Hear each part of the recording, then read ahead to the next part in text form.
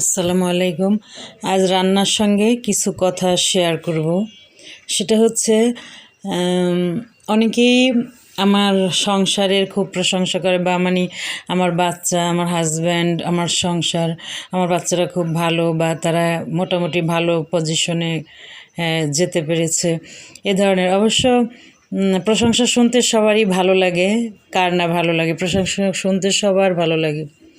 তবে সব সাকসেসের পিছনে বা সব ভালোর পিছনে কষ্ট থাকে, অনেক ধরনের চড়াই উতরাই থাকে। এগুলি আসলে পিছন থেকে বা এটা আসলে দূরে থেকে অনেকেই সেটা দেখতে পায় না। মানুষ স্বচ্ছ সুন্দর ফুল ফোটে যখন একটা গাছে সুরভি ছড়ায়, তখন মানুষ দেখে যে এই ফুলটা অনেক সুন্দর বা সুরভি ছড়াচ্ছে। কিন্তু তার আগে ওই গাছের গায়ে কত ধরনের বিষাক্ত পোকা এসে লাগতো, বা কত রোদ বৃষ্টি ঝড়ঝাপটা সে পার করে আজকে ফুল ফোটাতে পেরেছে, এটা অনেকেই বুঝতে পারে না। যাই হোক, আমি আসলে আমার সংসারে ওই ধরনের বড় ধরনের কোনো সমস্যা বা ঝামেলা কোনো দিনই হয়নি, কিন্তু তারপরেও যে একদম স্মুথ বা আমার কোনো কষ্ট করতে হয়নি সেটা কিন্তু না। আমি ছেলেমেয়েদের পিছনে শতভাগ শ্রম দিয়েছি, শতভাগ। তার শতর উপরেও যদি কোনো বেশি কিছু থেকে থাকে সেটা, এবং আজও পর্যন্ত সেটা দিয়ে যাচ্ছি।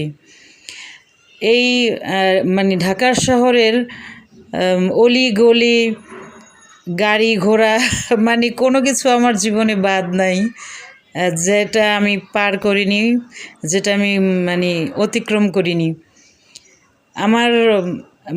আমি সবসময় আমার বাচ্চারা যখন ছোট ছিল তখন থেকেই আমার একটা কি বলবো, অভীষ্ট লক্ষ্য ছিল যে আমার ওই লক্ষ্যে পৌঁছাতেই হবে, এবং আমি সেভাবেই চেষ্টা করেছি। আমি অনেক কষ্ট করে এ পর্যন্ত এসেছি, অনেক কষ্ট করে। কোনো কিছু আসলে জীবনে ভালো কিছু অ্যাচিভমেন্ট করাটা এত সহজ না। এই যেমন ধরেন আমাদের অলরাউন্ডার সাকিব আল হাসান, সে আজকে সাকিব আল হাসান হয়েছে। তার পিছনের গল্পটা কি কেউ আমরা সবাই জানি? নিশ্চয়ই না। তার বাবা মা তার পিছনে কতটা শ্রম দিয়েছে, কত টাকা পয়সা সে খরচ করেছে। তার বাবা মা, তিনি একটা মধ্যবিত্ত ফ্যামিলি থেকে উঠে এসেছেন। আজকে সবাই দেখে তার কোটি কোটি টাকা, তিনি কেন টাকা বিলান না, বা তিনি যে দান করেন না, তিনি যে আত্মীয় স্বজনকে দেন না, এটা কি কেউ দূর থেকে দেখতে পান না? দান কি সবাই ক্যামেরার সামনে এসে করে না, বা সেটা করা উচিতও না। দান সেটা নীরবে, আপনি ডান হাত দিয়ে দান করবেন, বাম হাত যেন দেখতে না পায়। এখন সবের পৃথিবী, হাতে হাতে মোবাইল আছে, সবাই একটা গামছা দান করলো সেটা ভিডিও করে শো অফ করে। আমরা যার যার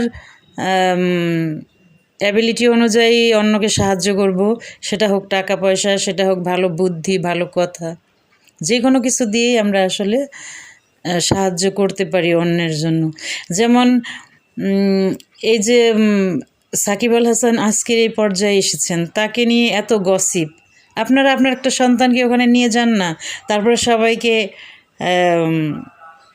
আগে করবে, সাহায্য করবেন, টাকা দিবেন, পয়সা দিবেন।